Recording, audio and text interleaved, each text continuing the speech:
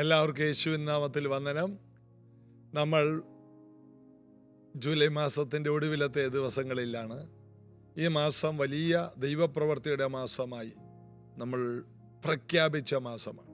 വാഗ്ദത്തങ്ങൾ നിറവേറുന്നതും അത്ഭുതങ്ങൾ കാണുന്നതും യാത്രകൾ ഉണ്ടാകുന്നതും ഉയർച്ചകൾ ഉണ്ടാകുന്നതും 1-2 ദിവസം കൂടി നമ്മുടെ മുമ്പിൽ ബാക്കിയുണ്ട്. നമുക്ക് വിശ്വസിക്കാം, ചില മണിക്കൂറുകൾക്കുള്ളിൽ ആരും അടക്കാതെ വണ്ണം തുറക്കുകയും ആരും തുറക്കാതെ വണ്ണം അടക്കുകയും ചെയ്യുന്ന ദൈവം നമുക്ക് വേണ്ടി വലുത് സഫലവുമായ വാതിൽ തുറക്കുമെന്ന് പറഞ്ഞുകൊണ്ടേയിരിക്കുക. നമ്മൾ മർക്കോസിൻ്റെ സുവിശേഷം 11:23 കാണുന്നു, ഒരുവൻ ഹൃദയത്തിൽ സംശയിക്കാതെ അവൻ പ്രാർത്ഥിച്ചത് ലഭിക്കുമെന്ന് വിശ്വസിച്ചാൽ അതങ്ങനെ തന്നെ. പ്രാർത്ഥനയിൽ എന്തപേക്ഷിക്കുന്നുവോ അത് ലഭിച്ചു എന്ന് വിശ്വസിക്കുമ്പോൾ, അവൻ്റെ ഹൃദയത്തിൽ ഒട്ടും സംശയിക്കാതെ അത് ലഭിച്ചു എന്ന് വിശ്വസിക്കുമ്പോൾ അതുണ്ടാകുമെന്ന്. പ്രാർത്ഥിച്ചപ്പോഴതുണ്ടാകുമെന്നല്ല, പ്രാർത്ഥിച്ചത് ലഭിച്ചു എന്ന് വിശ്വസിക്കണം. എൻ്റെ പ്രാർത്ഥനയെ ഞാൻ വിശ്വസിക്കണം. ദൈവത്തെ വിശ്വസിക്കുന്നത് മാത്രമല്ല, ഞാൻ എൻ്റെ പ്രാർത്ഥനയെ വിശ്വസിക്കണം. ദൈവം പ്രാർത്ഥനയ്ക്ക് മറുപടി തരും. ദൈവം നല്ല ദൈവമാണ്. എന്നാൽ എൻ്റെ പ്രാർത്ഥന ദൈവം കേൾക്കും. അതിൻ്റെ പേരാണ് വിശ്വാസം. ആരുടെ പ്രാർത്ഥന ദൈവം കേട്ടില്ലെങ്കിലും എൻ്റെ പ്രാർത്ഥനയ്ക്ക് ദൈവം മറുപടി തരും എന്നുള്ളതിൻ്റെ ഉറപ്പാണ്, ആശിക്കുന്നതിൻ്റെ ഉറപ്പ്, കാണാത്ത കാര്യങ്ങളുടെ നിശ്ചയം. അതാണ് വിശ്വാസം. നമ്മൾ ആശിക്കുന്നു, എൻ്റെ ദൈവം, ഞാനൊരു ദൈവ പൈതലായതുകൊണ്ട് എനിക്ക് മറുപടി തരും, ഞാൻ അപേക്ഷിച്ചാൽ, യേശുവിൻ്റെ നാമത്തിൽ ചോദിച്ചാൽ എനിക്ക് തന്നിരിക്കും എന്നതിൻ്റെ ഉറപ്പാണ് വിശ്വാസം. ആ ഉറപ്പാണ് നമുക്ക് മറുപടി കൊണ്ടുവരുന്നത്. അതുകൊണ്ട് പ്രാർത്ഥിച്ചത് ലഭിച്ചു എന്ന് വിശ്വസിപ്പിൻ, എന്നാൽ അത് നിങ്ങൾക്ക് ഉണ്ടാകും. നമുക്ക് ഉറപ്പായിട്ടും ഉണ്ടാകും. കർത്താവിൽ നമുക്ക് ആശ്രയിക്കാം, ബലപ്പെടാം. നമുക്ക് ഒരുമിച്ച് ചേർന്ന് പാടി യേശു കർത്താവിനെ ആരാധിക്കാം. You are filled with compassion and mercy and grace, with your banner of love over me. I am longing to see you one day face to face, and to be with you endlessly. Lord, how lovely you are to me. Lovely Lord, you are all to me. Lovely Lord, full of purity, worthy of honor and majesty. Lord, how lovely you are to me.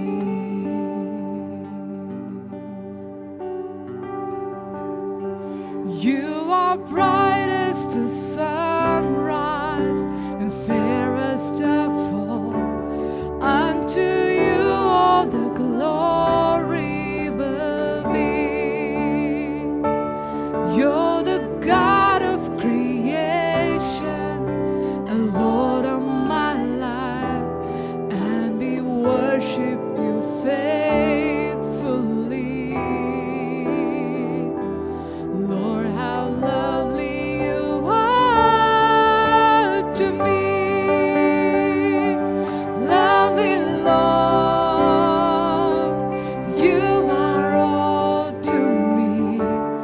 Lovely Lord, full of purity, worthy of honor and majesty. Lord, how lovely you are to me. Lovely Lord, you are all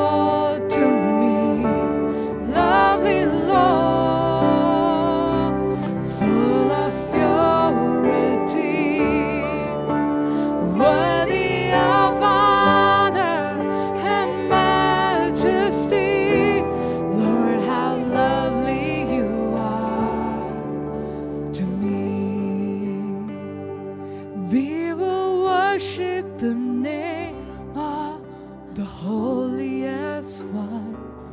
We will worship your excellency. We will give you the glory for things you have done, and be thankful eternally. Lord, how lovely you are to me. Lovely Lord, you are good to me.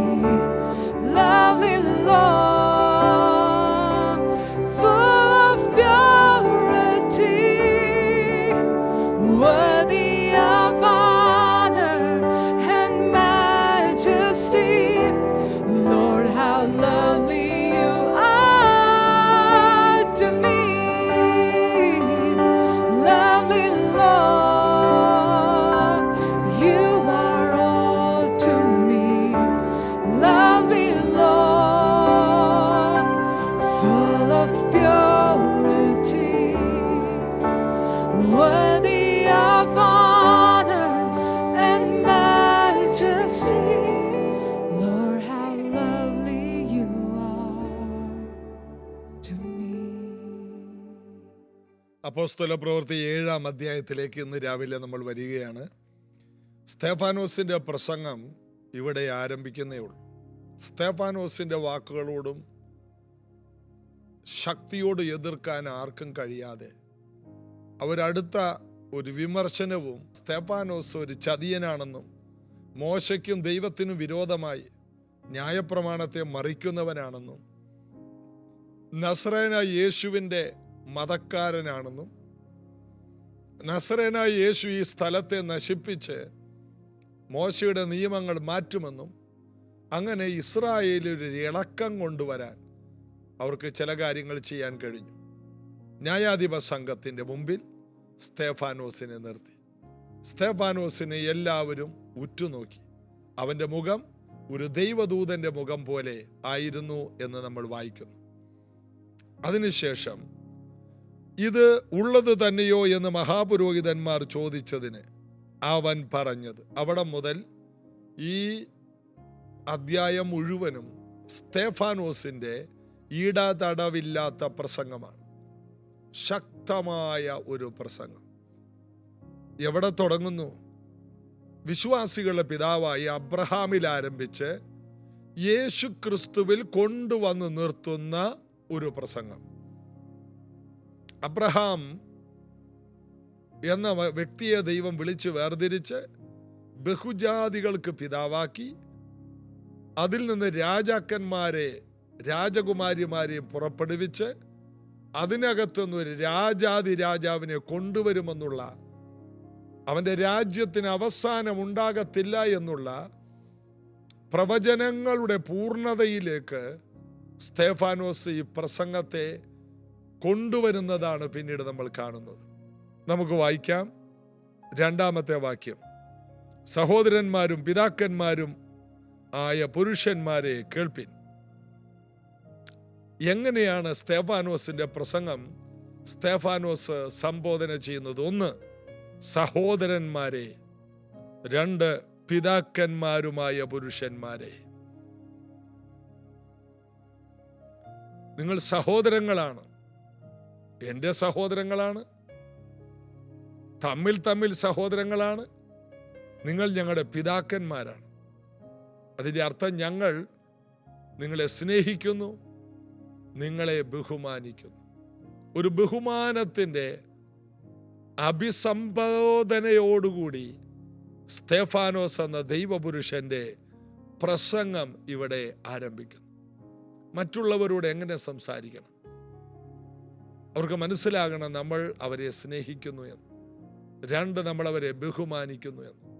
സ്നേഹവും ബഹുമാനവും എല്ലാ മനുഷ്യരും പരസ്പരം പ്രതീക്ഷിക്കുന്ന ഒന്നാണ്. ഇത് രണ്ടും തൻ്റെ അഭിസംബോധനയിൽ സ്തേഫാനോസ് ആദ്യം തന്നെ പറഞ്ഞു. അടുത്തത്, നിങ്ങൾ കേട്ടോ, അങ്ങനെയുള്ള പുരുഷന്മാരെ കേൾപ്പിൻ. നമ്മുടെ പിതാവായ അബ്രഹാം ഹാരാനിൽ വന്ന് പാർക്കും മുമ്പേ മെസൊപ്പൊത്യോമിയയിൽ ഇരിക്കുമ്പോൾ തന്നെ തേജോമയനായ ദൈവം അവന് പ്രത്യക്ഷനായി. അബ്രഹാം വിശ്വാസികളുടെ പിതാവാകാൻ കാരണം അബ്രഹാം അല്ല, തേജോമയനായ ദൈവം അവന് പ്രത്യക്ഷപ്പെട്ടതാണ്.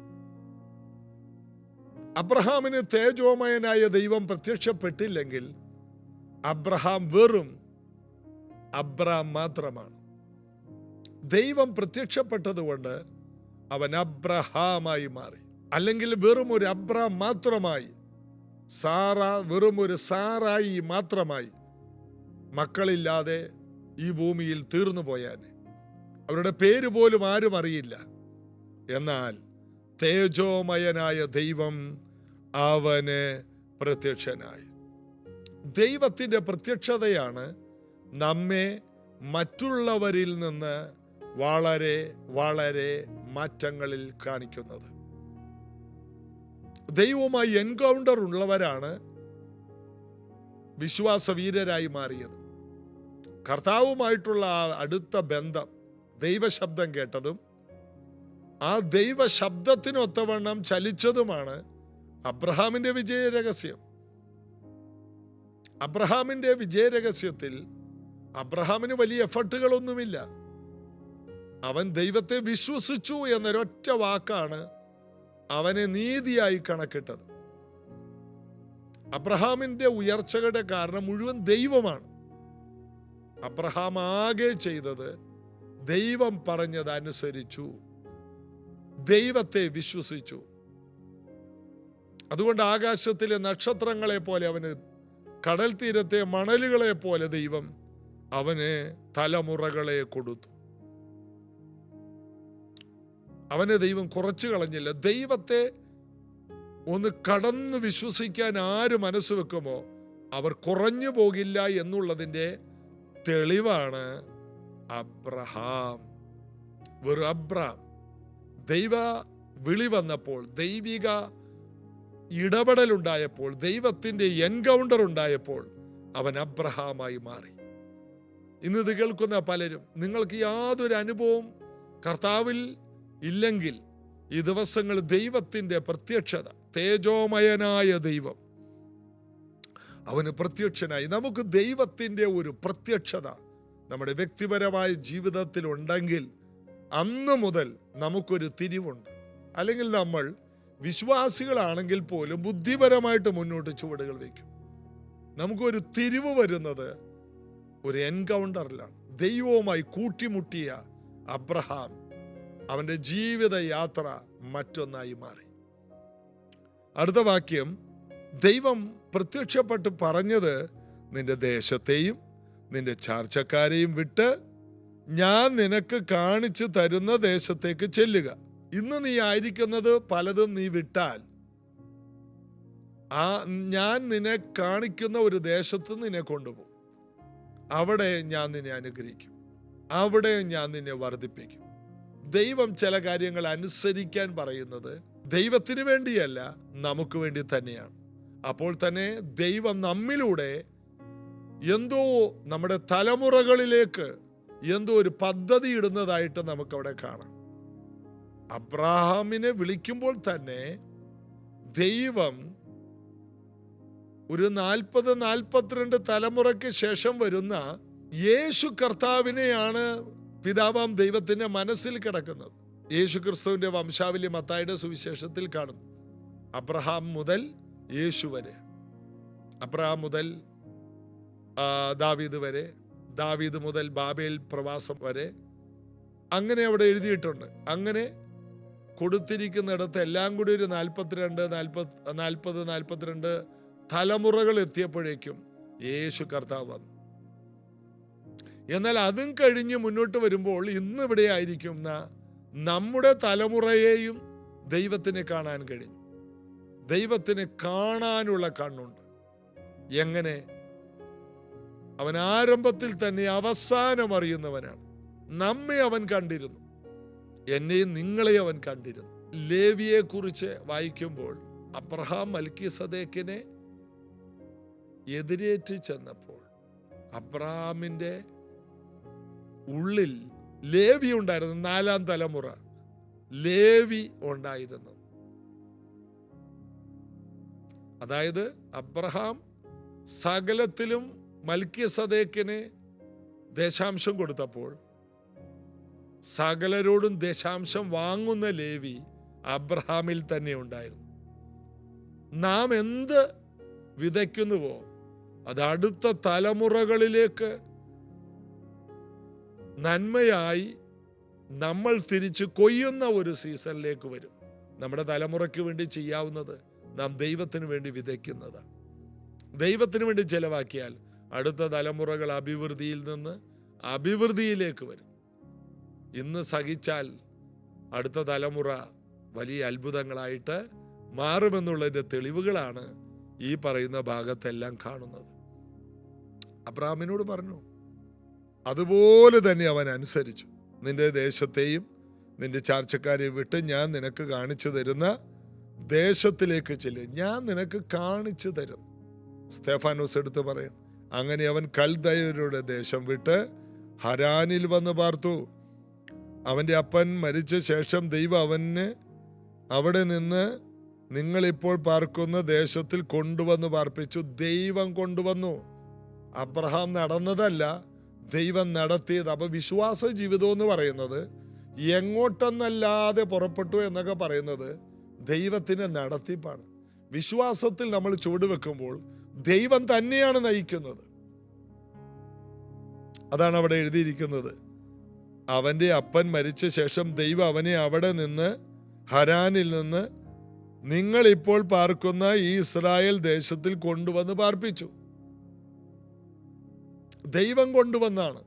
എന്നാൽ ബൈബിൾ പറയുന്നു അവൻ പഴയ നിയമത്തിൽ വായിക്കുമ്പോൾ എങ്ങോട്ടെന്നില്ലാതെ അവൻ പുറപ്പെട്ടു. എന്നാൽ ആ യാത്ര ദൈവത്തിൻ്റെ കൈകളിലായിരുന്നു. വിശ്വാസ ജീവിതം എന്ന് പറഞ്ഞാൽ ദൈവം കൊണ്ടുപോകുന്നതാണ്. ഒരു വിശ്വാസി വിശ്വാസത്താൽ സഞ്ചരിക്കുമ്പോൾ ദൈവമാണ് അവനെ നയിക്കുന്നത്. അവൻ വിശ്വാസത്തിൽ നിന്ന് ബുദ്ധിയിൽ പ്രവർത്തിക്കുമ്പോൾ അവൻ അവനായിട്ട് തന്നെ സഞ്ചരിക്കുകയാണ്. എന്നാൽ വിശ്വാസത്തിൽ ചുവടുവെക്കുന്നവരെല്ലാം ദൈവ നിയോഗത്തിൽ സഞ്ചരിക്കുന്നവരാണ്, ദൈവത്തിൻ്റെ ഇഷ്ടത്തിൽ സഞ്ചരിക്കുന്നവരാണ്. അവരെ ദൈവമാണ് നയിക്കുന്നത്. അതുകൊണ്ട് നിങ്ങൾ ദൈവത്തെ വിശ്വസിച്ചുകൊണ്ട് ഒരു സ്റ്റെപ്പ് വെക്കുമ്പോൾ അത് ദൈവ നിയോഗം തന്നെയാണ്. ഇനി പ്രാർത്ഥിച്ചിട്ട് കർത്താവേ എനിക്കൊരു നിയോഗം തരണേ എന്ന് പറയേണ്ട ആവശ്യമില്ല. നിങ്ങൾ ദൈവത്തെ വിശ്വസിച്ച് ഒരു ചുവട് വെക്കുമ്പോൾ അതിൽ ദൈവം ഇടപെട്ടിരിക്കും. അവിടെ ദൈവം പ്രവർത്തിച്ചിരിക്കും. അവിടെ ദൈവം ഇറങ്ങി വന്നിരിക്കും. അവിടെ ദൈവത്തിൻ്റെ കരം പ്രവർത്തിച്ചേ മതിയാകൂ. എൻ്റെ നീതിമാൻ വിശ്വാസത്താൽ ജീവിക്കുമെന്ന് ബൈബിൾ പറയുന്നു. അപ്പോൾ വിശ്വാസത്താൽ ജീവിക്കുന്ന നീതിമാന്റെ കൂടെ ദൈവമുണ്ട്. കർത്താവിൽ ആശ്രയിക്കാം. നമുക്ക് പ്രാർത്ഥിക്കാം. കർത്താവെ, ഇന്ന് ധ്യാനിച്ച ഈ വചനങ്ങളിലൂടെ തന്നെ ഇത് കേട്ടവരുടെ ജീവിതത്തിൽ അവർ വിശ്വാസത്താൽ ചുവടുവെച്ചതെല്ലാം കർത്താവിനാലാണെന്നുള്ള ബോധ്യവും അതിൻ്റെ റിസൾട്ടും അവർക്കുണ്ടാകട്ടെ. ഇനിയുള്ള ദിവസങ്ങളിൽ എങ്ങോട്ടെന്നില്ലാതെ ദൈവവചനത്തിൽ മുന്നോട്ട് ചുവടുവെക്കുന്ന, എന്ത് ചെയ്യണമെന്നറിയാതെ ചുവടുവെക്കുന്നവർക്ക് അത്ഭുത മറുപടികൾ കാണട്ടെ, വിടുതലുകൾ കാണട്ടെ. ഞാൻ അവരെ അനുഗ്രഹിക്കും. പരിശുദ്ധാത്മാവ് അവരോട് കൂടിയിരിക്കും. അത്ഭുതങ്ങൾ നടക്കട്ടെ, സൗഖ്യങ്ങൾ നടക്കട്ടെ, വിടുതലുകൾ നടക്കട്ടെ, വിജയങ്ങൾ ഉണ്ടാകട്ടെ, വാതിലുകൾ തുറന്നു വരട്ടെ. യേശുവിൻ നാമത്തിൽ ആമേൻ. കർത്താവിൻ്റെ അത്ഭുതങ്ങൾ നമ്മൾ കാണും, നിശ്ചയമായിട്ട് കാണും. കർത്താവിൽ ആശ്രയിക്കാം. നമുക്ക് നാളെ ഇതേ സമയത്ത് ഒന്നുകൂടി നമുക്ക് ഒരുമിച്ച് കൂടി പാടാനും പ്രാർത്ഥിക്കാനും യേശു കർത്താവ് കൃപ തരട്ടെ. God bless you.